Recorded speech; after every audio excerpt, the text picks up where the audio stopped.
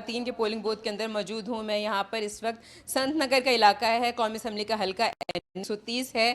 चंद ही लम्हों के बाद जो है वो पोलिंग अमल शुरू होने वाला है। यहाँ पर तैयारी मुकम्मल है। ये आप देख सकते हैं कि जहाँ पर वोट डालना है राजदारी के साथ, वो वोट जो है वो बॉक्स जो है इलेक्शन कमीशन का वो भी मौजूद है। असिस्टेंट प्रिजाइडिंग ऑफिसर जो हैं वो भी मौजूद हैं और मुंतज़िर हैं। बाहर ख़वातीन इकट्ठा होना शुरू हो गई हैं और इन पोलिंग ऑफिसर भी मौजूद हैं। सारा अमला यहाँ पर मौजूद है और अभी इनसे जो मेरी बात हुई है ये कह रहे हैं कि हम अपना ये जो अपना फ़र्ज़ है ये बहुत अच्छे तरीके से अदा करेंगे और ये बड़ी पुरअज़्म है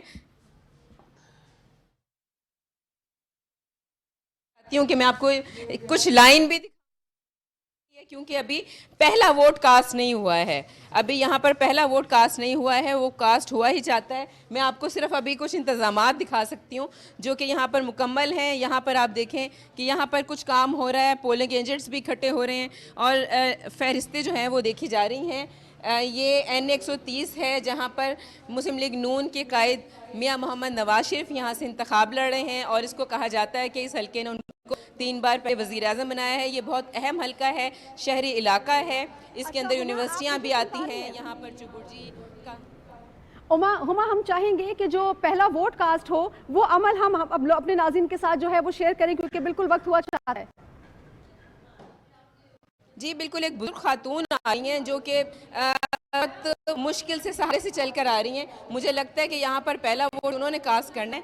अगर मेरे कैमरामैन दिखा सकें तो वो आ रही हैं अंदर, क्योंकि मैंने आपको पहले भी बताया था कि खवातीन जो हैं और हजरात जो हैं बुजुर्ग वो सुबह सुबह सबसे पहले आ रहे हैं, क्योंकि जितने लोगों से बात की उन्होंने कहा कि हम रश से बचना चाहते हैं, तो के अंदर ये ज़्यादा जज्बा दिखाई दिया है कि सुबह सुबह वो जो है इंतखाबी जो है उसे उस फ़र्ज से सुबुकदोश हो जाए। हमने पहले भी बात की तो उन्होंने सब कुछ, और ये बड़ी अच्छी बात है। क्या हम ये समझते हैं कि यूथ जो है वो पुरुमीद है, मगर हमारे तो बुज़ुर्ग भी बहुत पुरुमीद हैं और वो इस फ़र्ज़ को समझते हैं कि जमहूरियत में अवाम का किरदार और अवाम का वोट जो है वो कितना इम्पॉर्टेंट होता है।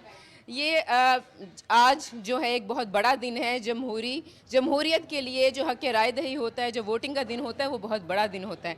और तो आज वो बड़ा दिन है पाकिस्तान की तारीख़ में, जब जमहूरी अमल जो है वो आगे की तरफ बढ़ेगा।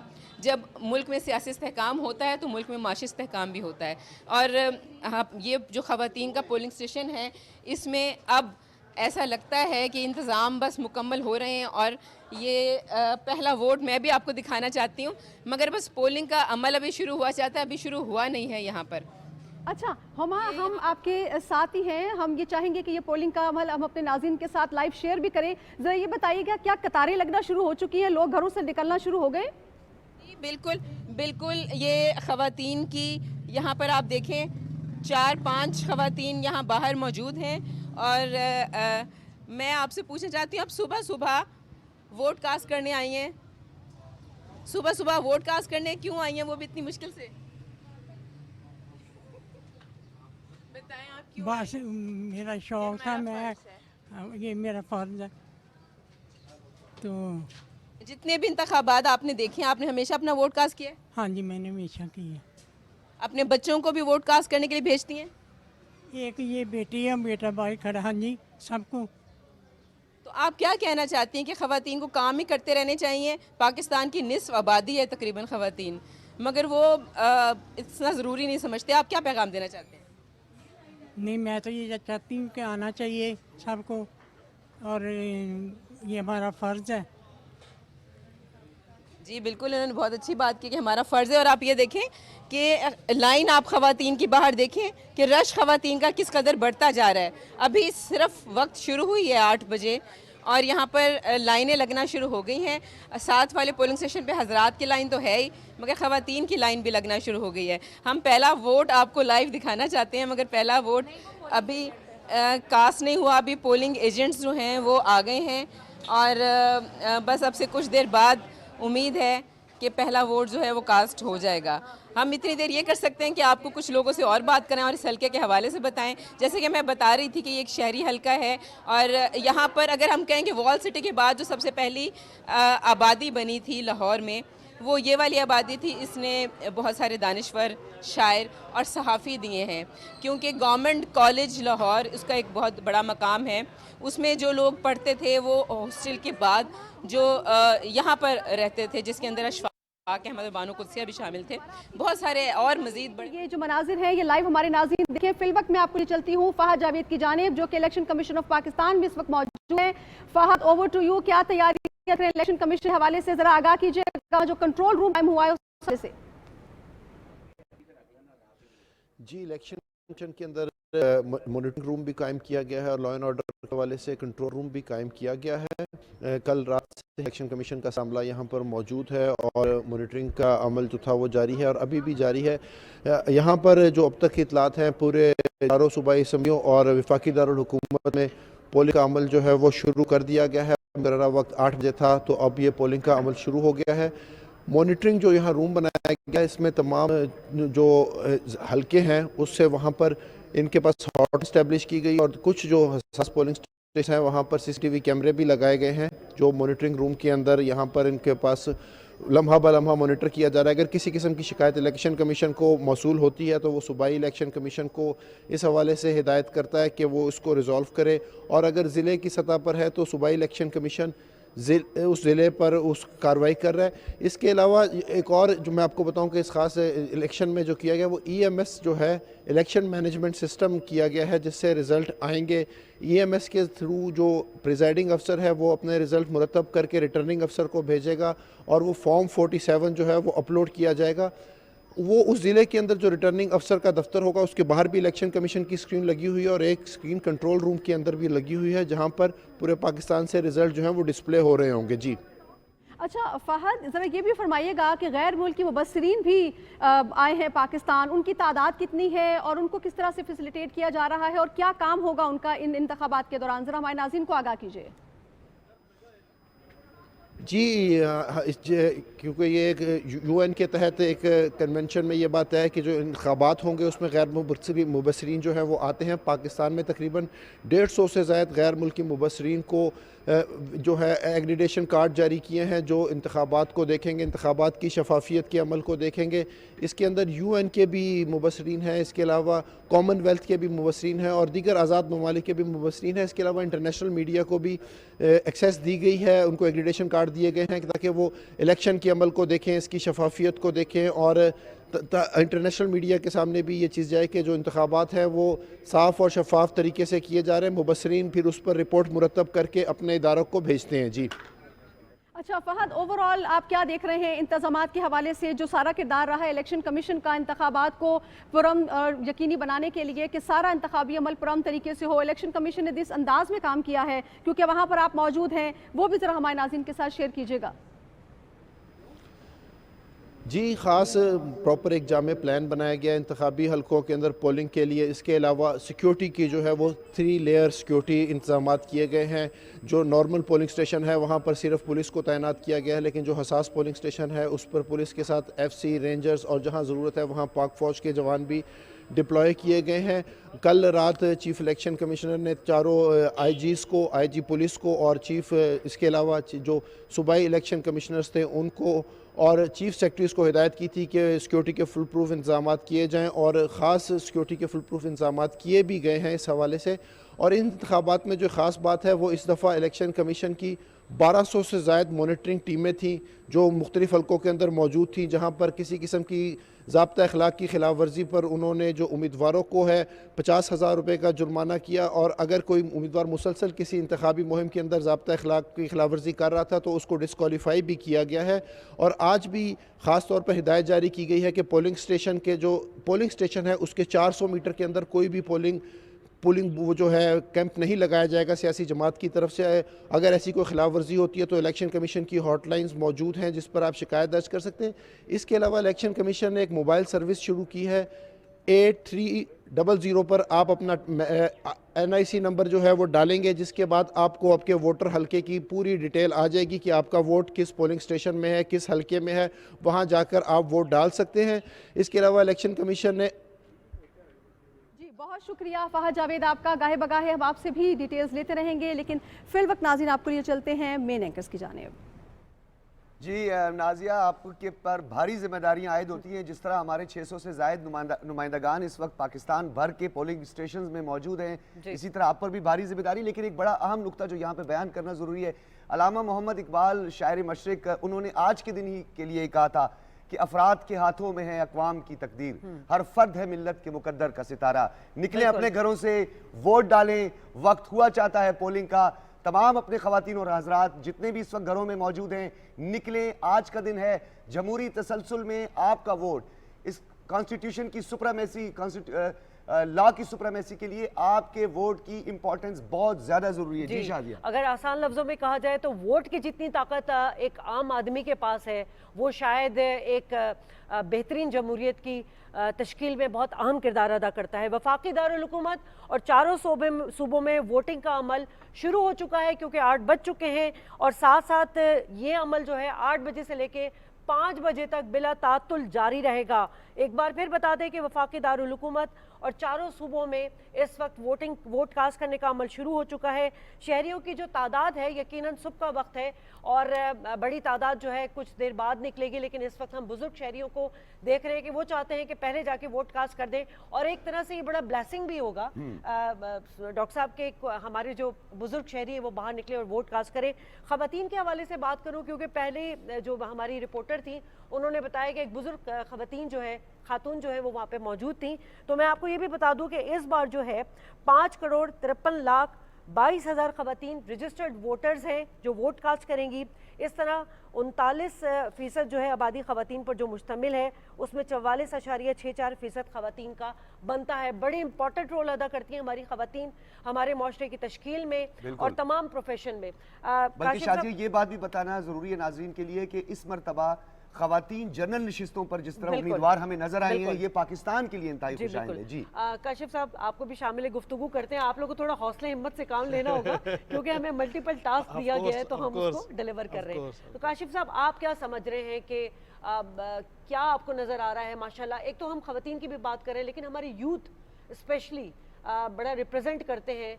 तमाम जो सियासी जमातें जो हैं यूथ के हवाले से बात तो करती हैं, मगर कोई प्लान नहीं दिया गया है। आप क्या समझते हैं कि जो यूथ का वोट है वो कितना इम्पोर्टेंट है आज के इलेक्शन के लिए? बहुत शुक्रिया शाजिया आपका, सजाद साहब आपका। देखें, मैं समझता हूँ कि सबसे पहले तो हमें बहैसियत कौम और बिलखसूस हमारी जो क्लास है, जो मीडिया से रिलेटेड लोग हैं, जो दानिश्वर है, जो साहिब राय लोग समझे जाते हैं, इनको इस बात पे शुक्रिया भी अदा करना चाहिए और इस बात को एडमिट करना चाहिए कि जिन कॉन्स्टिट्यूंसीज से गुजरते हुए इलेक्शन हो रहे हैं, ये कोई आसान टास्क नहीं था। और मैं दाद देता हूँ चीफ इलेक्शन कमिश्नर साहब के हौसले को, किस तरीके से उनको तनकीद नहीं की गई उन पे, उन्होंने अपने कंसिस्टेंसी ऑफ माइंड के साथ चले। इदारों को दाद देता हूँ जिन्होंने इस मामले को यहाँ तक लेके आए कि आज बहरहाल पोलिंग शुरू हो गई अल्हम्दुलिल्लाह, जबकि बहुत सारी कंट्रोवर्सीज थी, चहम गोइयाँ थी और हम हर रोज़ रिपोर्ट भी कर रहे थे, देख भी रहे थे।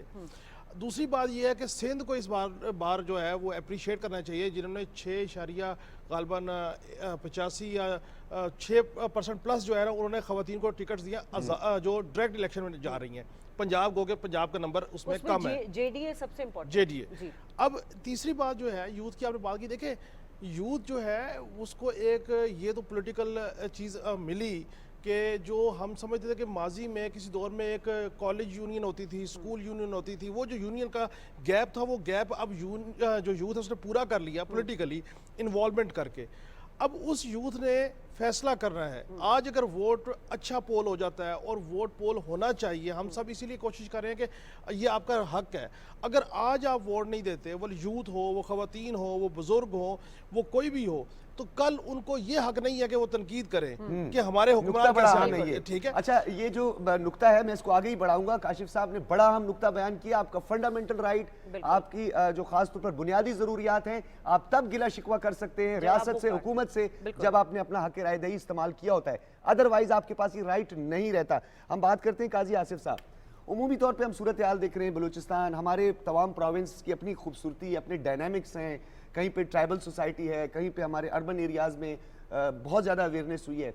कराची में हमने देखा है सियासी जमातों ने कुछ कमबैक भी किया, कुछ सियासी जमातों ने, बल्कि हमें कहा जा रहा है कि नाजिया एक मरतबा फिर हमने आपके पास आना है, आपके पास आना बहुत ज़रूरी है। जी जी बहुत शुक्रिया डॉक्टर साहब। और मैं अपने नाज़रीन को लिए चल रही हूँ निम्रा सोहेल की जानिब, जो कि इस वक्त इस्लामाबाद में मौजूद हैं। उनसे मालूम करते हैं कि वो किस जगह मौजूद हैं और क्या वहाँ पर पोलिंग का अमल शुरू हो चुका है या नहीं। Over to you Nimra. जी इस वक्त मैं इस्लामाबाद में NA46 जो हल्का है उधर मैं खड़ी हुई हूँ। यहाँ पे IMCG G10 4 का जो कॉलेज है पोस्ट ग्रेजुएट, वहाँ पे मैं खड़ी हूँ। यहाँ पे इन टोटल जो हैं वो 12 बूथ हैं। यहाँ पे हम जब आए तो हमने देखा कि काफ़ी गहमा गहमी थी, और अगर कैमरामैन दिखा सके तो ये पीछे वोटर्स की पूरी एक लाइन भी जमा है। और यहाँ पे 8 बजे से पहले ही वोटर्स जो हैं वो आना शुरू हो गए थे और लोग पुरजोश नज़र आ रहे हैं। अगर आपको थोड़ा सा NA46 का बताती जाऊं तो ये लोग कहां कहां से वोट डालने आ रहे हैं। NA46 में G10 से लेके तरनौल तक का एरिया है जो ये कवर करता है, और I10 कवर करता है। यहाँ पे यूसीज जो है वो 42 है, लेकिन चूँकि ज़्यादा सेक्टर्स की बात होती है तो इसलिए यहाँ पे F10, F11, G10, G9, F8, F7 ये वाले जो सेक्टर्स हैं यहाँ से जो है वो आएंगे और अपना वोट जो है वो कास्ट करेंगे और बताएंगे कि वो किसको चुनना चाहते हैं। यहाँ पे जो मेरे जिस हलके में मैं मौजूद हूँ, यहाँ पे ये लोग जो वोटर्स इस वक्त यहाँ पे वेट कर रहे हैं लाइन में अपनी, ये लोग 43 यहाँ पे कैंडिडेट्स हैं जिनको ये वोट करेंगे। उनमें से अपना उम्मीदवार चुनेंगे। इसमें से 22 जो हैं वो आज़ाद उम्मीदवार हैं और पहली दफ़ा इस हलके ख्वाजा सराबी खड़े हैं। तो अब यहाँ पे जो PMLN के हैं वो अंजुम अकील हैं, पीपल्स पार्टी के जो हैं वो राजा इमरान अशरफ हैं, और आमिर मुग़ल आज़ाद उम्मीदवार हैं, और यहाँ से जमात इस्लामी की तरफ से भी मियाँ असलम है, जिनके दरमियान में कहा जा रहा है कि जो कांटेदार मुकाबला जो है वो मुतवक्के है। जी अच्छा निम्रा, ये बताइएगा कि क्या पोलिंग का अमल जो है वो शुरू हो चुका है और वहाँ पर जो लोग हैं जो वोट कास्ट करने आए हैं, अगर पॉसिबल हो तो आप उनसे बात कीजिएगा। हम जानना चाहेंगे कि NA46 में लोगों का जोशो खरोश कैसा है आज के दिन के हवाले से। जी यहाँ पे अभी जो पोलिंग का स्टाफ है वो आ चुका है। उन्होंने अपना जो है तमाम जो है वो काम शुरू किया हुआ है। पोलिंग का अमल जो है वो विदिन जो अभी हमें बताया गया है, जो लेटेस्ट अपडेट है, that is they are saying within 2-3 minutes शुरू हो जाएगा, क्योंकि उनके वो बॉक्सेस वगैरह जो हैं अब वो खोल रहे हैं। और जो ही वो अमल शुरू होगा तो ये जो क्यू है यहाँ पे हम देख सकते हैं कि माजूर लोग भी हैं, वो भी खड़े हुए हैं, और वो भी ख़वातीन बैठी हुई हैं, माजूर लोग हैं। ये औरतों का जो है ये बूथ है, यहाँ पे औरतें हैं, दूसरी साइड पे मर्द हैं। वहाँ पे भी मैंने नोट किया कि काफ़ी सारे माजूर लोग हैं, वो भी आए हुए हैं। तो इससे बहुत ज़्यादा जो है वो ज़ाहिर होता है लोग कितने पुरजोश हैं कि वो अपनी किस्मत का फ़ैसला खुद करें। ठीक है नम्रा, बिल्कुल। हम ये बड़ा अहम हल्का है जहाँ पर आप मौजूद हैं, हर हल्का ही अहम है, लेकिन हम आपकी तरफ दोबारा आएंगे और जैसे ही वोट कास्ट होगा अपने नाज़रीन को हम दिखाएंगे। लेकिन फिर वक्त लिए चलते हैं अपने एंकर्स की जानिब। जी बहुत शुक्रिया नाजिया। और यकीनन अभी तक पहला वोट कास्ट नहीं हुआ है, तो हम अपने आवाम को ये पैगाम देना चाहते हैं कि बाहर निकलें, वोट कास्ट करें, क्योंकि आपके वोट से ही जो है वो आपने मुंतखब नुमाइंदे को ऐवान तक पहुंचाएंगे। वोट जो है जमहूरी माशरे में एक ताकतवर हथियार होता है, जैसे कि पहले भी हमने बात की थी। अगर आप वोट कास्ट नहीं करते तो फिर आप तनकीद भी नहीं कर सकते हैं। बहरहाल हम डिस्कशन भी जारी रखेंगे। अच्छा शाजिया, ये बात भी बताना जरूरी, मैं अपने मेहमान की जानिब बढ़ूं क्योंकि उनसे मैंने इस हवाले से क्वेश्चन भी कर लिया है। NA46 नाजिया ने जो अब तक हम तक इतलात पहुंचाई, NA46 जो सिटी उसमें ज़्यादा शामिल है, बड़ा अहम हल्का है इंतखाबी दंगल, क्योंकि इस्लामाबाद में 3 कौमी असम्बली के हल्के, कोई सूबाई असम्बली का हल्का नहीं है। तो NA46, 47 और 48 इस पर सब की निगाहें होंगी। जी मुग़ल साहब, आपकी तरफ आऊँगा। हालात बतदरीज में खुद भी कराची गया, मैंने देखा हालात बदलते जा रहे हैं। कराची गरबी हमने देखा, हैदराबाद में पॉलिटिकल पार्टीज ने कम बैक किया, जमात इस्लामी को हमने देखा काफ़ी उभर के सामने आई, और इसी तरीके से MQM ने भी हमने देखा। बड़े इंतखाबी दंगल होने जा रहा है। कुछ लगता है कि हमें कोई बड़ा ब्रेक थ्रू नजर आएगा कराची में? बड़ी मेहरबानी डॉक्टर साहब। कराची में बड़ा ब्रेक थ्रू तो ये है कि तमाम पॉलिटिकल पार्टीज़ जो हैं वो मुतहरक हुई हैं, और वो जो ख़ास माजी में नोगो एरियाज़ जिसको कहते थे वहाँ पे पॉलिटिकल मूवमेंट हुई है, और जो है वो इंतखाबी जो मराहल है वो चले हैं, इंतखाबी जो मुहिम है वो भी चली है। कुछ ना खुशगवार वाक़यात हुए हैं, लेकिन ये है कि दूसरी बात ये है कि वो कराची जिसमें कोई भी पोलिंग स्टेशन नॉर्मल नहीं होते थे, उसमें आज 5000 पोलिंग स्टेशन हैं से ज़्यादा हैं, लेकिन उनमें सिर्फ 15 पोलिंग स्टेशन नॉर्मल हैं। बाकी या तो बहुत इंतहाई हसास हैं या हसास हैं। लेकिन इस सूरत हाल में भी कराची के अवाम और पूरे सिंध के अवाम जो है वो निकल के बाहर आ रहे हैं। ये भी जो अभी आपने मनाजिर दिखाए ये बहुत ही हौसला अफजा हैं कि लोग जो है वो इस जो है वो बाहर निकल के आए। हम अक्सर नौजवानों की बात ज़रूर करते हैं कि नौजवान आए, लेकिन जो जिम्मेदारी महसूस करते हैं, जो उम्र रसीदा लोग हैं, जो बड़ी उम्र के लोग हैं, वो बाहर निकल के वक्त से पहले अगर आ गए हैं तो ये पाकिस्तान के लिए एक खुशगवार जो है वो मौका है। और ख़ासतौर पर वापस कराची में आते हैं तो कराची में जो पीपल्स पार्टी भी आई है और उन्होंने भी अपना कमबैक किया है। जो 22 कौमी असेंबली की सीटें जो है वो कराची से हैं, और इसके अलावा जनरल नशिस्तें जो 168 सूबाई असेंबली की और हैदराबाद की 2 बड़ी आम है। नाजिया की तरफ चलते हैं, तफसीलात है जी नाजिया के पास। जी ओवर टू यू नाजिया। जी बहुत शुक्रिया साहब। अपने नाज़रीन को हम अपने नुमाइंदों से भी बातें करवा रहे हैं, मालूम कर रहे हैं कि कौन से हलके हैं जहां पर पोलिंग का अमल जो है वो शुरू हो चुका है। साथ साथ इन्फॉर्मेशन भी बड़ी ज़रूरी है जो कि आपके साथ हम शेयर करेंगे। इस वक्त हम मुल्क भर में जो पोलिंग स्टेशंस हैं उनकी तादाद आपके साथ शेयर कर रहे हैं। कुल पोलिंग स्टेशंस की अगर मैं बात करूँ तो वो 90,675 हैं माफ़ कीजिएगा। और अगर मर्दों के पोलिंग स्टेशंस की बात करूं तो वो 25,320 हैं। ख़वातीन की पोलिंग स्टेशंस की अगर बात की जाए तो वो है 23,295, जबकि मुश्तरका पोलिंग स्टेशंस इस वक्त 41,403 हैं। ये सूरत हाल है इलेक्शन 2024 की, जिसमें मुल्क भर के पोलिंग स्टेशंस की जो तादाद है वो मैंने आपके साथ इस वक्त शेयर की है। इसके साथ साथ और इन्फॉर्मेशन की अगर बात करें, पंजाब में जो पोलिंग स्टेशंस की तादाद है वो आपके सामने इस वक्त डिस्प्ले में हो रही है। आप देख सकते हैं कुल पोलिंग स्टेशंस इस वक्त 50,944 है। मर्दों की पोलिंग स्टेशंस इस वक्त 14,556, जबकि ख़वातीन के पोलिंग स्टेशंस 14,036। मुश्तरका पोलिंग स्टेशंस की बात करूं तो 22,352। पंजाब में पोलिंग स्टेशंस की तादाद आपके सामने हमने रखी। इसी तरह से मजीद अगर हम आगे बढ़ें और मजीद आपको डिटेल दें सिंध में पोलिंग स्टेशंस की तादाद की, तो वहाँ पर जो कुल पोलिंग स्टेशंस हैं उनकी तादाद बन रही है 19,006, जबकि मर्दों की पोलिंग स्टेशंस की अगर हम बात करें तो वो बनती है 4,443। ख़वातीन की पोलिंग स्टेशंस की अगर बात करें तो ये बन रहे हैं 4,313, जबकि मुश्तरका पोलिंग स्टेशंस की तादाद है 10,250। ये तमाम तर सूरत हाल है सिंध में पोलिंग स्टेशंस की इलेक्शन 2024। इसके साथ साथ अगर खैबर पख्तूनख्वा के पोलिंग स्टेशंस की बात करूं तो कुल पोलिंग स्टेशंस की तादाद 15,697 है। मर्दों के पोलिंग स्टेशंस की तादाद 4,810 है, जबकि ख़वातीन के पोलिंग स्टेशंस की तादाद 4,286। मुश्तरका पोलिंग स्टेशन यहाँ पर कोई नहीं है। ये सूरत हाल है खैबर पख्तूनख्वा में पोलिंग स्टेशंस की तादाद के हवाले से। आगे बढ़ते हैं, बलोचिस्तान की तरफ लिए चलूंगी। बलोचिस्तान में पोलिंग स्टेशंस की तादाद इस वक्त जो टोटल पोलिंग स्टेशंस हैं उनकी तादाद है 5,028। जो मर्दों के लिए पोलिंग स्टेशंस बनाए गए हैं उनकी तादाद है 1,511। ख़वातीन के पोलिंग स्टेशंस की तादाद है 1,317, जबकि जो मुश्तरका पोलिंग स्टेशंस हैं उनकी तादाद है 2,200। ये सूरत हाल है बलूचिस्तान में पोलिंग स्टेशंस की इलेक्शन 2024 की। वापस लिए चलते हैं आपको मेन डेस्क की जानिब। ठीक है नाजिया, आपको हम मजीद ज़हमत देंगे। काजी साहब, हम सिंध और कराची की बात कर रहे थे तो हमने हमेशा पूरा सिंधी है, नहीं, मैं वैसे डायनामिक्स की बात कर रही हूँ कि अगर हम कराची की भी बात करें जो कि इकोनॉमी हब भी कहलाता है, सिंध की बात करें तो वहाँ से भी 90% और कराची को मिला के 90% रेवेन्यू जनरेट किया जाता है कि इकोनॉमी हब है।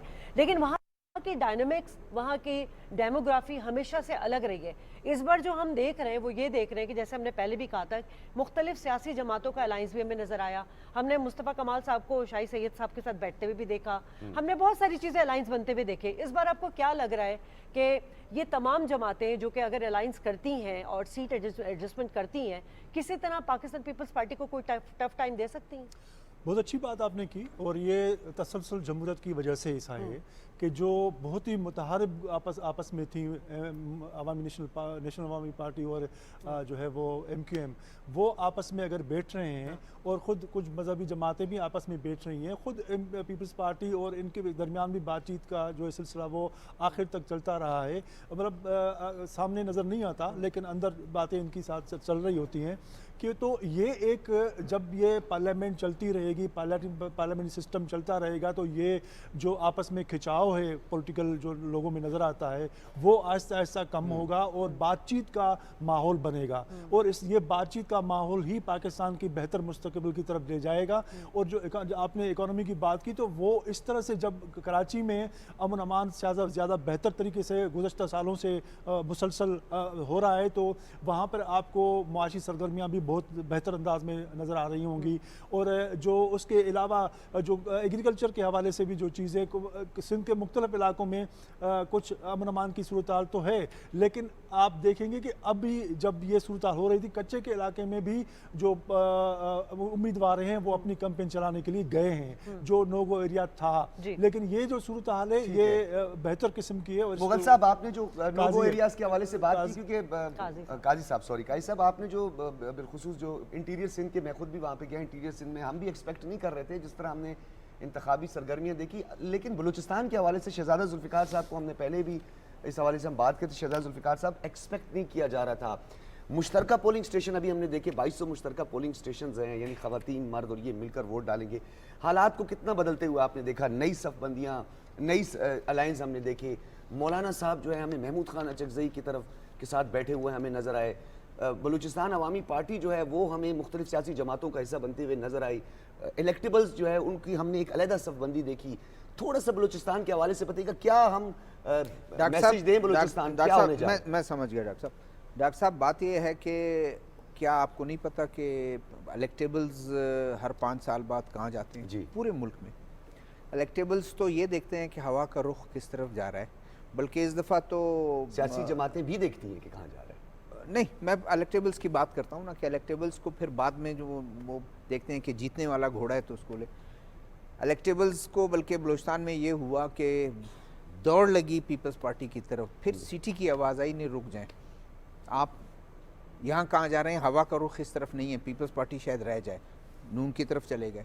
फिर कुछ लोग कन्फ्यूजन में कि नून आ रही है या पीपल्स पार्टी आ रही है, और फिर पीपल्स पार्टी के पास बच्चा कुचा जो था सामान वो पीपल्स पार्टी ले गई। अब पीपल्स पार्टी और नून में दौड़ लगी हुई है पूरे मुल्क में।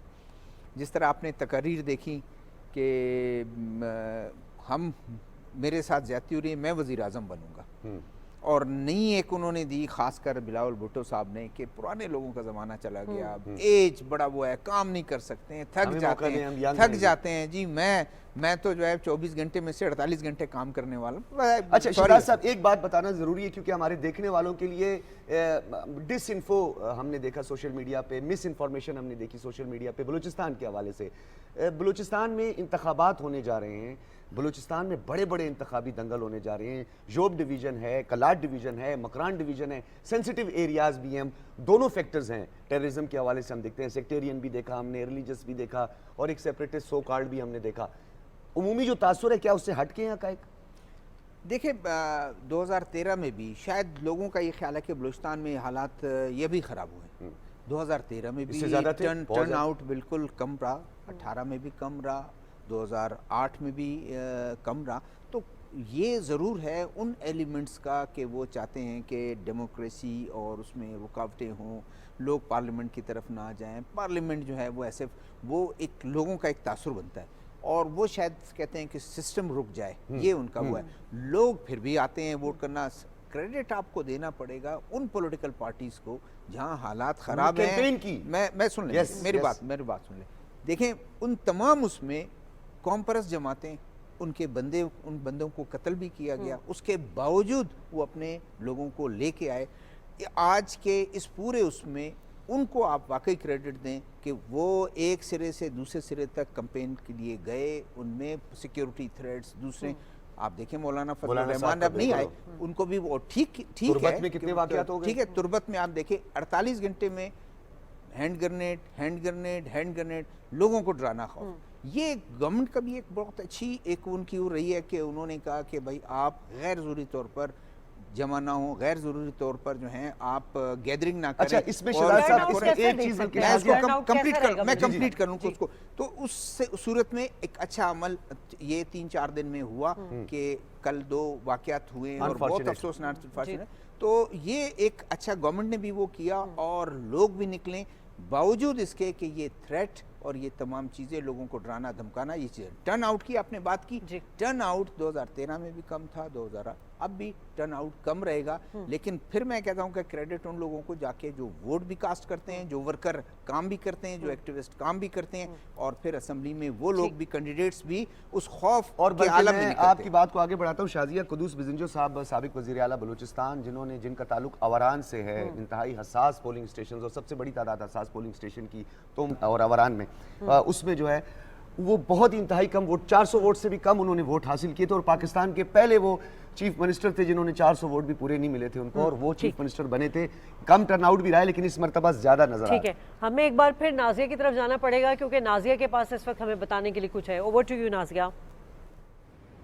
जी बहुत शुक्रिया शाजिया आपका। गाहे बगाहे हम अपने नाजरीन को मुतला भी करते जा रहे हैं वो इन्फॉर्मेशन जो आपके लिए जानना बहुत ज़रूरी है। इससे पहले मैंने आपको बताया कि पोलिंग स्टेशंस की ओवरऑल क्या सूरत हाल है, मुल्क के कौन से हिस्से में कितने कितने पोलिंग स्टेशंस हैं, मर्दों के लिए कितने हैं, ख़वातीन के लिए कितने हैं, मुश्तरका कितने हैं। इस वक्त मैं आपको बताने जा रही हूँ कि मुल्क भर में पोलिंग बूथ की तादाद के अगर हवाले से बात करूं तो ये बन रहे हैं 2,76,398। मर्दों के पोलिंग बूथ की अगर बात की जाए तो ये बन रहे हैं 1,47,552, जबकि ख़वातीन के जो पोलिंग बूथ हैं उनकी तादाद है 1,28,846। ये ओवरऑल सूरत हाल है इलेक्शन 2024 और मुल्क भर में कायम पोलिंग बूथ के हवाले से।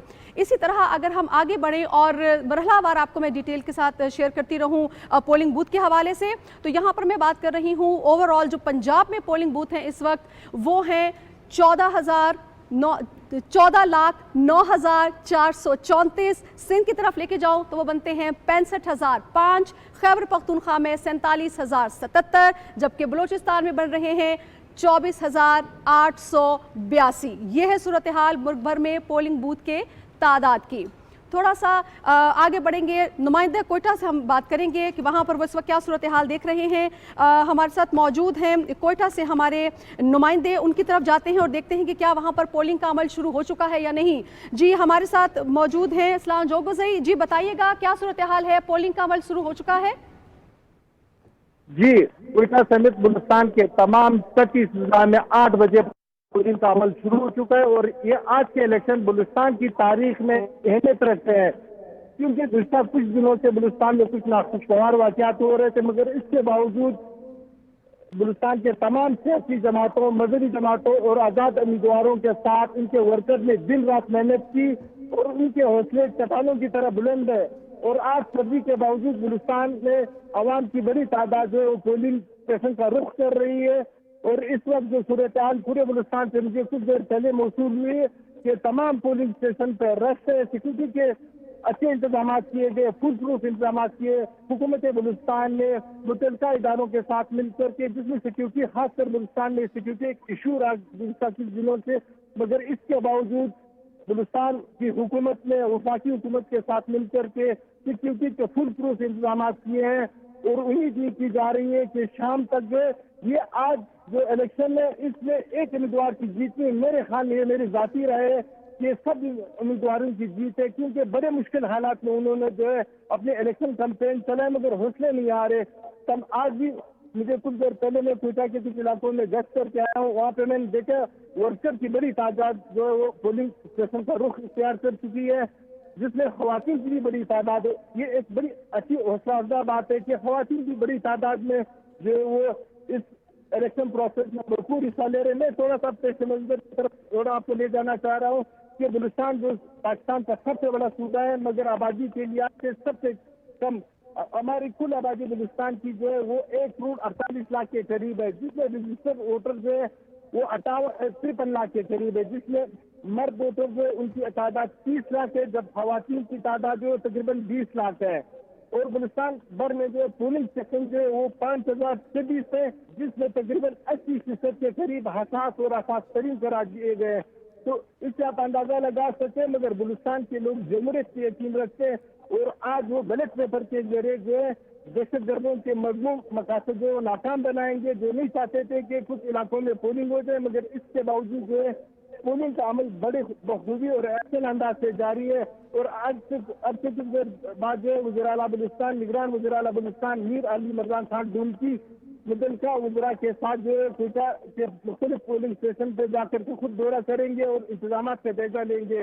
इस हवाले से मैंने बात की सियासी जमातों से, मैं इनको सलाम पेश करता हूँ, सियासी जमातों को, मजहबी जमातों के। इवन गुज़श्ता रोज जो है कुछ इलाकों में जो कुछ नाखुशगवार वाक़यात हुए थे, खानोजी और कुछ दिन पहले मसले, मगर इसके बावजूद उन्होंने हौसला नहीं आ रहा और वो जो बाहर निकले, उन्होंने किसी भी चीज को सामने खातिर ना लाते हुए अपनी जमहूरी अमल को तेज कर दिया और जो कि काबिल तहसीन बात है। जी अच्छा मीर सलाम, आप वहाँ पर मौजूद हैं, अगर आप कैमरामैन आपकी मदद कर सके तो ज़रा हमें उम्मीदवारों से अगर आपकी कोई बातचीत हुई हो, कैसा जोशो खरोश है आज के दिन के हवाले से? जी, ये कुछ देर के बाद दो उम्मीदवारों के साथ जिनके पोलिंग एजेंट है उनसे मैं बात करा देता हूँ, जो यहाँ पे वोट डालने के लिए आ रहे हैं। फिलहाल जो वो अपने वोट कास्ट करने के लिए जा रहे हैं, जिस उनके मौका मिला मैं कुछ पोलिंग जो है उनके जो उम्मीदवार है या जो अपने उम्मीदवारों के साथ आपकी बात करवा देता हूँ। इस वक्त जो सारे अपने जो वोट के प्रोसेस में मसरूफ है। जी ठीक है मीर सलाम जोगिज़ई, हम गाहे बगाहे आपसे मालूमात लेते रहेंगे, लेकिन नाज़रीन इस वक्त हम आपको वापस लिए चलते हैं मेन डेस्क की जानिब। जी बहुत शुक्रिया। और खुश्क कोसारों से जोगिज़ई साहब ने हमें तफसीलात और हम कुछ देर कबल ही बलूचिस्तान के हवाले से बात करते हैं। नाज़रीन एक बात यहाँ पे और बताना आपको बहुत ज़्यादा आम है कि इस वक्त जो गैर मुल्की मुबसरीन है उनकी एक बहुत बड़ी तादाद, और ये तादाद 150 से ज़ायद है, जिनको एक्रीडेशन जारी किया गया इलेक्शन कमीशन ऑफ पाकिस्तान की जानिब से, UN है और उसके अलावा कॉमनवेल्थ और जो इंटरनेशनल मीडिया है उसको भी मदऊ किया गया है ट्रांसपेरेंसी के हवाले से। तो मैं ये समझता हूँ कि तमाम तर इंतजामात, फुल प्रूफ इंतजामात, हमारी मुसल्ह अफवाज जो हमारे फौजी जवान हैं वो, उसके अलावा मकामी पुलिस, लेवीज और ये तमाम जो है इसमें। और ये आपको बताते चले कि इस वक्त 4 इंतखाबी हलकों में उम्मीदवारों की अनफॉर्चुनेट डेथ होने की वजह से वहाँ इंतखाबात मुलतवी हुए, जिसका हमें बहुत अफसोस भी है। और जिस तरह हमें इंतखाबी हलकों की जो सरगर्मियाँ हैं उस हवाले से नाज़ी अपडेट कर रही थी, लेकिन मैं आपसे सजाद साहब सवाल ये करना चाहूँगी कि जो हमने कैंपेन देखी पॉलिटिकल पार्टीज़ की, जो हमने उनके इंतखाबी मंशूर देखे, आप क्या समझते हैं कि इन तमाम चीज़ों से एक वोटर कितना कन्विंस हुआ इस बार, जबकि हमारी इकॉनमी की हालात भी सबके सामने है? गो के हमारी केयरटेकर गवर्नमेंट ने बहुत बेहतर इकदाम किए और उसके अमलन हमें नताइज आने भी शुरू हो गए, लेकिन जो भी पार्टी इक़्तिदार में आएगी क्लेम तो सब कर रहे हैं कि जी हाँ वज़ीर आज़म हमारी जमात से होगा, लेकिन कितना, वो कहते हैं ना ये इश्क नहीं आसा एक आग का दरिया है, अभी ये आएंगे तो इनको बहुत सारे ऐसे चैलेंजेस का सामना करना पड़ेगा। इंतखाबी मंशूर डिलीवर कर पाएंगे ये लोग? देखें, इलेक्शन लड़ने के लिए तो आपको जो मंशूर देना पड़ता है वो तो बड़ा रोज़ी सा होता है और उसमें चैलेंजेस कम दिखाए जाते हैं और अच्छी तस्वीर और सुहाने ख्वाब दिखाए जाते हैं, और ये ज़रूरत भी होती है। आपने गैलरी के साथ खेलना होता है, आपने तकरीर करनी होती है, आपने जलसे को एड्रेस करना होता है और लोगों के ख्वाबों को, उनकी उम्मीदों को, वो ख्वाहिशात को जगाना होता है। लेकिन जो गवर्नेंस है वो है ही बुनियादी तौर पे गैर मकबूल फैसले करने का नाम पूरी दुनिया में। ये नहीं हो सकता कि आप आएँ और आपने अगर मुल्क को ठीक करना, और ख़ास तौर पे जो पाकिस्तान की इकॉनमी पिछले 1.5-2 साल में जिस तरह से सफ़र किया, बल्कि हमेशा ही हमारी इकॉनमी सफ़र करती है, हमारी इकॉनमी को ठीक करने के 2-3 जो मॉडल अब तक बनाए गए हैं वो मतलब कामयाब नहीं हुए। अब फाइनली हमें वो जो टेक्नोक्रेट्स के ख्यालात थे, जो जैसे डॉक्टर इशरत ने किया या उससे पहले मिफ्ता साहब जो कर रहे थे, जिनको रोक के आप डार साहब को लेकर आए और आपको 4-5 महीने के लिए एक काफ़ी डाउनवर्ड जाना पड़ा। फिर बेसिकली आज मिफ्ता की पॉलिसी ही है ये जो डॉक्टर इशरत लेकर आगे बढ़ रही, तो बहुत sorry doctor Shamshad, doctor Shamshad, तो वो बढ़, तो बेसिकली जो इकॉनमी है ये बहुत मुश्किल टास्क है पाकिस्तान का, इसमें कोई पॉपुलरिज्म नहीं चलेगा। अगर कोई ये समझता है कि मैं आऊंगा और गुर्बत ठीक कर दूंगा। स्ट्रक्चरल रिफॉर्म्स की बात जो कि आईएमएफ भी करता है और वाकई ये हमारी इकोनॉमी के लिए बहुत बेहतर है, ये होना बहुत जरूरी है और आने वाली हुकूमत को इस पे काम करना पड़ेगा। अच्छा, इसमें दो तरह की फैलसीज है, मुगालते भी हैं। आईएमएफ अपनी नज़र से देखता है, पब्लिक मैसेज के अपने मतलब मसाइल हैं, हमारा जो गवर्नेंस सिस्टम है उसकी अपनी लैकूनाज है।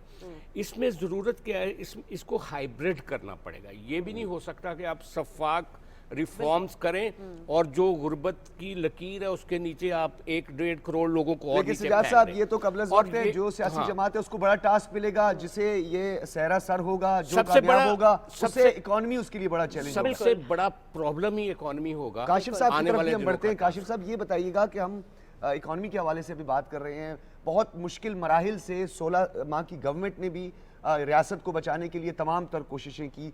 निगरान हुकूमत जिनकी कैपेसिटी में नहीं था, उनकी जुरिस्डिक्शन को बढ़ा दिया गया और उन्होंने कोई बड़े अच्छे फैसले किए। फाइनेंशियल इंस्टीट्यूशंस होंगे, नई हुकूमत होगी, 5 साल उनके लिए मौका होगा, हालात किस तरफ जा रहे हैं?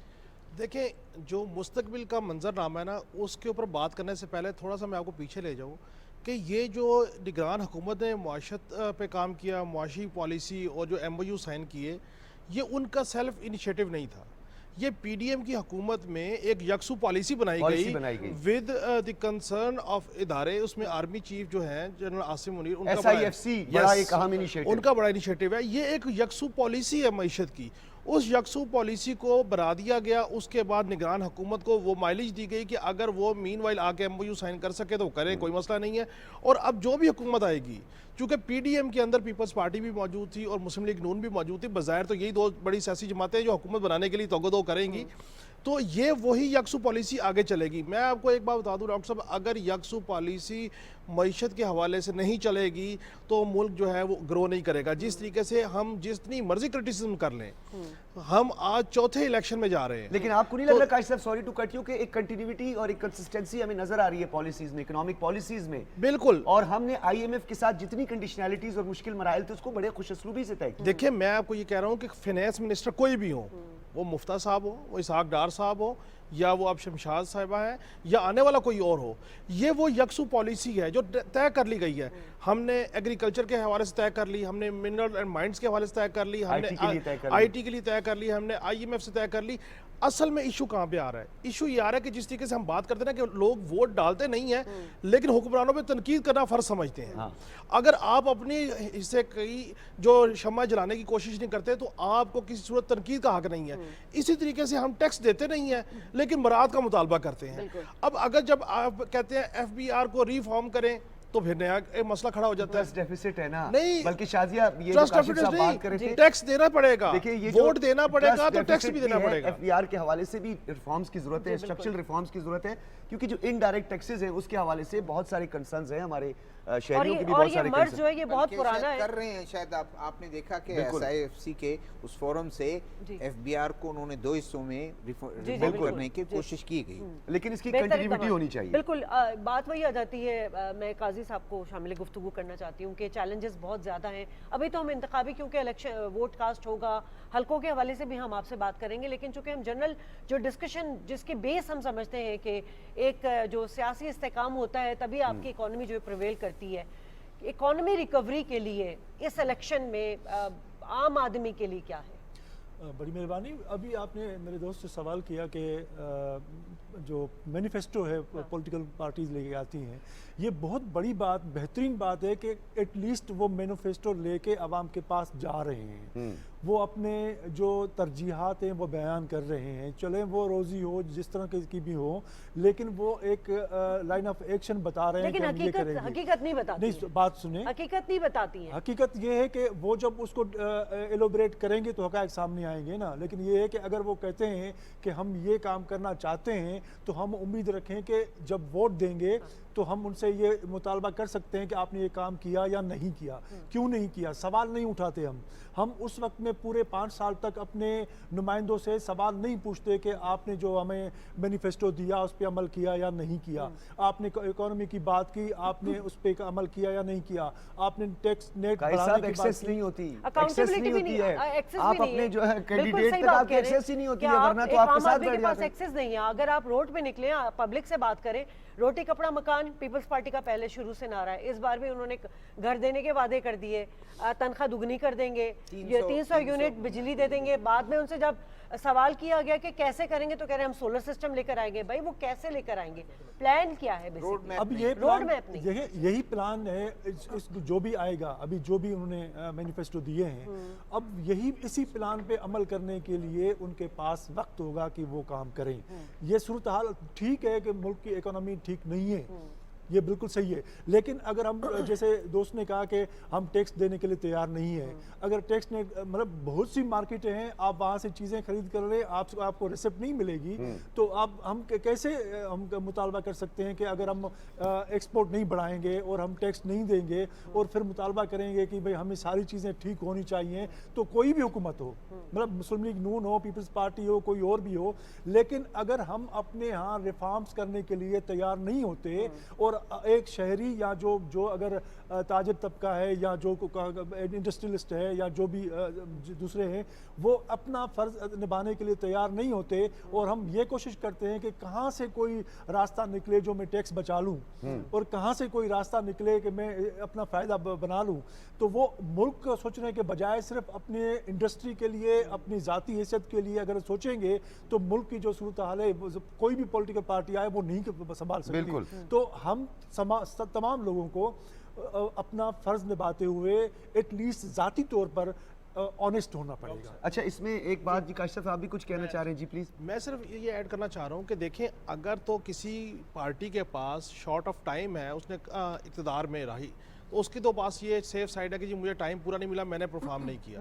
लेकिन अगर एक पार्टी साल से इक़्तिदार में है और जैसे शहजादा साहब ने कहा कि एक एमपीए को 1 साल का 1-1.5 अरब रुपया बजट मिलता है, अगर वो 5 साल में भी अगर अपने ही कॉन्स्टिट्यूएंसी को बेहतर कर ले, चले आप कर ले, तो उससे भी तो बेहतरी आ सकती है। मसला ये है कि ये जितने लोग हैं, अनफॉर्चुनेटली हमने बल्दियाती इदारों को ग्रो नहीं किया, हमने परफॉर्म नहीं किया, हमने 5-5 साल 10-10 15-15 साल रूल किया, लेकिन हम उस तरीके से उसको नहीं मैनेज कर सके।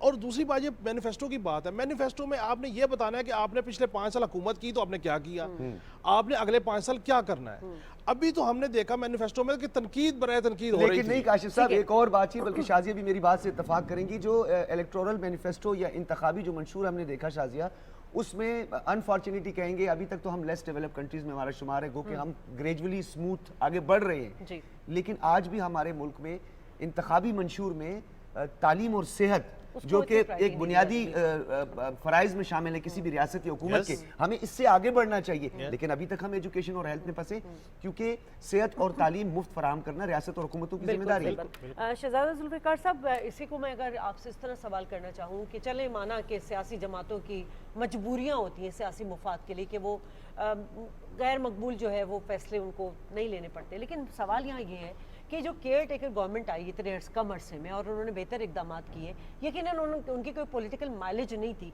जिस वजह से उन्होंने कुछ हार्ड डिसीजंस भी लिए, कुछ बेहतर इकदाम भी किए।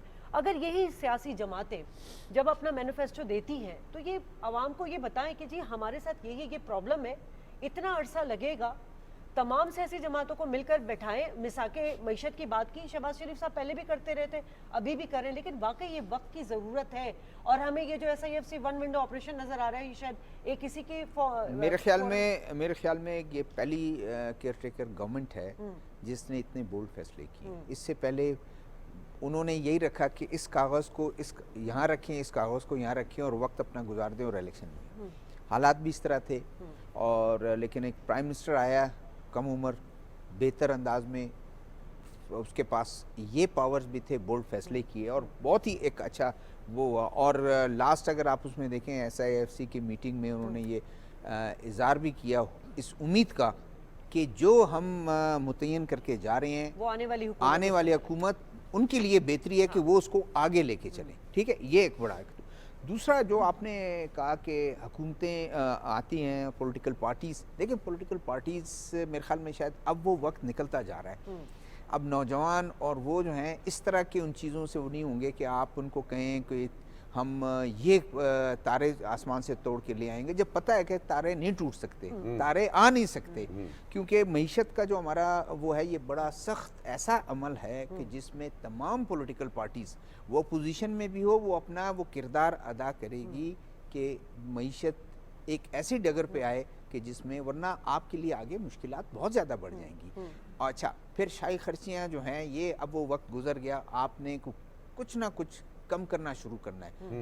देखें, अगर प्राइम मिनिस्टर या प्रेसिडेंसी में या सदर जुल्फ़िकार साहब, मैं चाहूँगा यहीं से मैं कंटिन्यू करें। हमें कहा जा रहा है, क्योंकि हमने नाजिया के पास ज़रूर जाना है, नाजिया के पास तो बड़े आज अपॉर्चुनिटी है जी, पूरा पाकिस्तान है आपके लिए, और नाज़रीन निकलें घरों से, वोट डालें। नाजिया भी हमें इतलात और हम तक जो है मुस्तनद जो सूरत हाल है उससे आगाह कर रही है।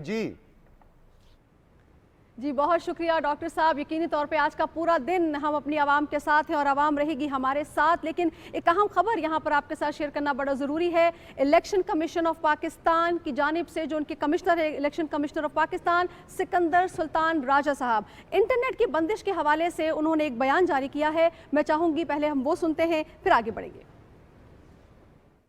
हम कॉन्फिडेंट भी हैं और अल्लाह ताला से की मदद हमारे साथ है इंशाअल्लाह, और इलेक्शन फ्री एंड फेयर होंगे और वोटर्स जो हैं वो अपना वोट जो है वो आज़ादी के साथ अपनी मर्ज़ी के कैंडिडेट को डाल सकें। सर, मुल्क भर में मोबाइल सर्विसेज, इंटरनेट सर्विसेज मुअत्तल हैं और उससे क्या फ़र्क पड़ेगा, आप क्या समझते हैं? मैंने तो टीवी पे ही टिकर चलते देखा है, रात को तो कहा गया था कि मोबाइल सर्विस जारी रहेगी, लेकिन हमारा सिस्टम इस पे डिपेंडेंट नहीं है। हम बड़ी दफ़ा क्लियर कर चुके हैं कि हमारा सिस्टम इंटरनेट डिपेंडेंट नहीं है, हमारी प्रेपरेशंस पे इसका कोई असर नहीं। सर, करोड़ों लोगों ने वोट डालना है, 8300 आज लोग इस्तेमाल करेंगे, वो लोग अपनी मालूमात हासिल नहीं कर सकेंगे। ये देखें, this is beyond election commission. Balochistan में जो 2 अनफॉर्चुनेट टेररिस्ट अटैक हुए हैं और उसमें काफ़ी ज़्यादा शहादतें हुई हैं, तो ये चूँकि लॉ एंड ऑर्डर एजेंसीज जो हैं उनका डिसीजन होता है,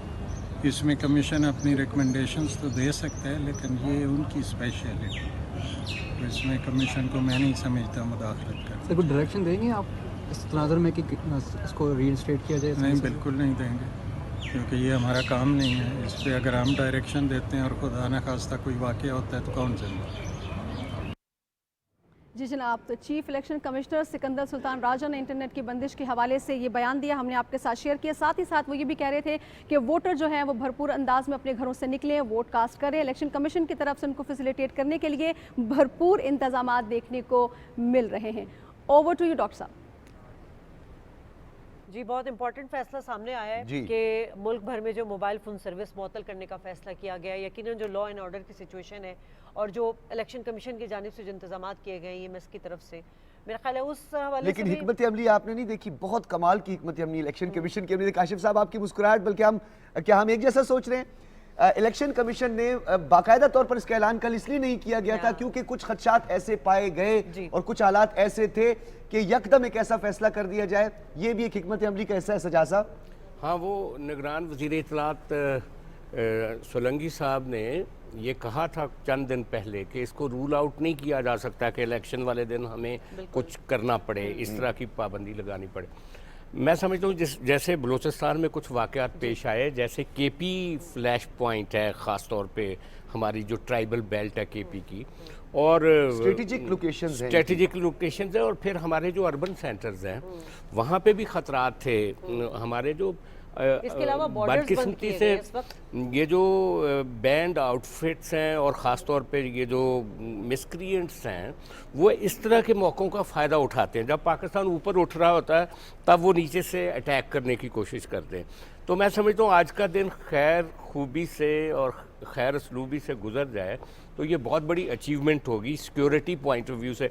मैं आपको बताऊँ, ये जो इलेक्शंस होते हैं, ये जो डेमोक्रेटिक एक हम एक्सरसाइज करते हैं, ये पाकिस्तान के या किसी भी मुल्क के इस्तेहकाम या उसकी मजबूती का नेमुल बदल नहीं होते। सबसे बड़ी प्रायोरिटी पाकिस्तान और पाकिस्तान का वजूद और पाकिस्तान का इस्तेहकाम सबसे अवलियत रखता है। ठीक है। और ये जो आज इलेक्शन का दिन है, आज जो एक बड़ा फैसला पाकिस्तान के अवाम करेंगे वो इसीलिए करेंगे कि आने वाला पाकिस्तान जो है ज़्यादा मुस्तहकम यानी कि बड़ा चैलेंज है कि साफ शफाफ इंतखाबात के साथ पुरअमन इंतखाबात का इनेकाद भी एक और रियासत की जिम्मेदारी है कि वो लोगों की जिंदगियों को यकीनी बनाए और ख़ास तौर पर सूरत हाल को काबू करे। शहजादा जुल्फिकार साहब, बलूचिस्तान के हवाले से क्योंकि हम अब बात करते हैं, ठीक है, बल्कि अच्छा हम अपने कुछ मेहमानों को का शुक्रिया अदा करना कर देते चाहेंगे। हैं। काशिफ रफीक साहब का बहुत शुक्रिया अदा करेंगे, आप तशरीफ़ लाए, आपने खुसूसी हमें वक्त दिया। ताहिर नईम मलिक साहब हमें कुछ देर में ज्वाइन करेंगे। शहजादा जुल्फिकार साहब,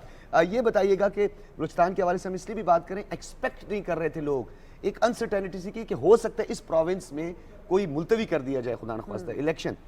इस मरतबा बलूचिस्तान के वो हसास इलाके जिनको आप भी जानते हैं, मैं भी उसी बलूचिस्तान से मेरा ताल्लुक है, क्या आपको लगता है कि हालात इस मरतबा बदल गए हैं उन हसास पोलिंग स्टेशन में?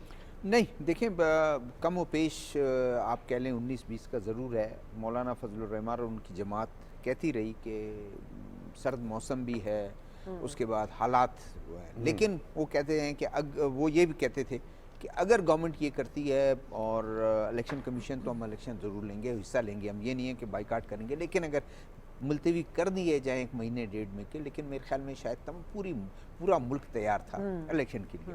बलूचिस्तान की जो बात आपने की, बलूचिस्तान में देखें, आपका जो मकरान बेल्ट है, सेंट्रल बलूचिस्तान है, ईस्टर्न बलूचिस्तान के कुछ हिस्से हैं, ये काफ़ी डिस्टर्ब है।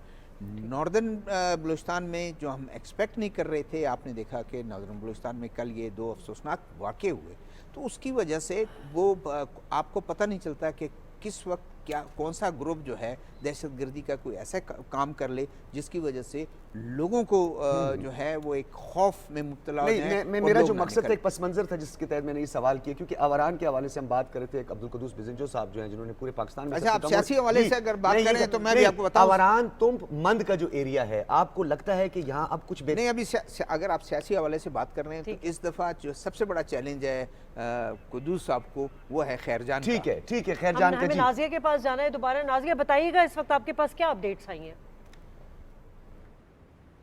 जी बहुत शुक्रिया आपका शाज़िया। अभी हमारे पास जो है नुमाइंदे हमें मुल्क के कोने कोने से ज्वाइन कर रहे हैं और बता रहे हैं वहाँ पर क्या सूरत हाल है। राना इफ्तिखार हमें ज्वाइन करने जा रहे हैं फैसलाबाद से। अपने नाज़रीन से उनकी मुलाकात करवाते हैं और जानते हैं कि वो कहाँ पर मौजूद हैं और इस वक्त क्या सूरत हाल वो देख रहे हैं। हमारी कोशिश यही है कि अपने नुमाइंदों को पाकिस्तान भर से जो है उनके साथ इंटरेक्ट करें, वो देखें किस हल्के में मौजूद है, वहाँ पर लोगों का जोशो खरोश कैसा है। पोलिंग का अमल शुरू हो चुका है, आप लोगों ने घरों से बाहर निकलना है और सबसे खुशाइंद बात यह है कि ख़वातीन भी बड़ी तादाद में बाहर निकल रही हैं। जिस तरह से हमारे नुमाइंदे हमें बता रहे हैं कि ख़वातीन हो या बुजुर्ग हजरात हो, इस मौसम में भी वो बाहर निकल रहे हैं और अपने वोट का हक जो है भरपूर तरीके से इस्तेमाल कर रहे हैं। राना इफ्तिखार हमें ज्वाइन करने जा रहे हैं। राना, आगाह कीजिएगा, फैसलाबाद में आप कौन से हल्के में मौजूद हैं, लोगों में जोश व खरोश कैसा है?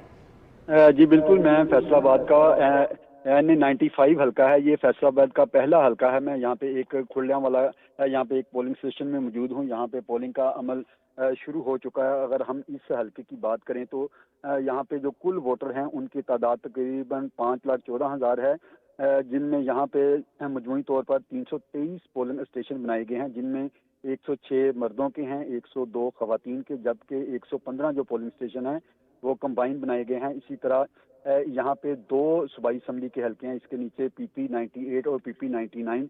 यहाँ पे जो खवातीन हैं यहाँ वो भी हिस्सा ले रही हैं। यहाँ से पाकिस्तान मुस्लिम लीग नून, पीपल्स पार्टी, पाकिस्तान तहरीक जो इस्तेहकाम है उसके उम्मीदवार हैं, मर्कजी मुस्लिम लीग उसके भी उम्मीदवार हिस्सा ले रहे हैं। अगर हम मजमूई तौर पर बात करें तो फैसलाबाद में कौमी असम्बली के 10 हल्के हैं, जबकि सूबाई असम्बली के 21 हल्के हैं।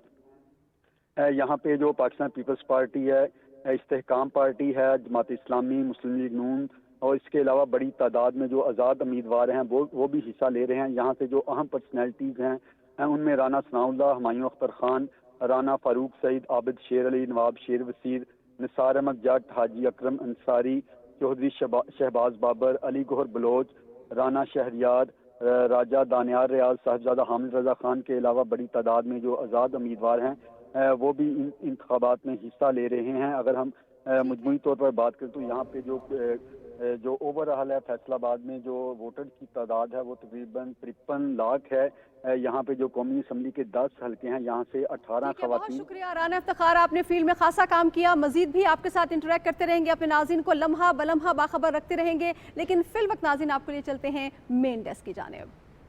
जी बहुत शुक्रिया नाजिया, फैसलाबाद से हमारे नुमाइंदे हमें आगाह कर रहे थे। नाजरीन, पाकिस्तान टेलीविजन न्यूज़ की सबसे बड़ी ट्रांसमिशन और इलेक्शन सिटी में हम मौजूद हैं, हमारा इलेक्शन सेल भी मौजूद है, नाजिया भी होंगी और मेरी को होस्ट भी मेरे साथ और मेहमान भी मौजूद होंगे।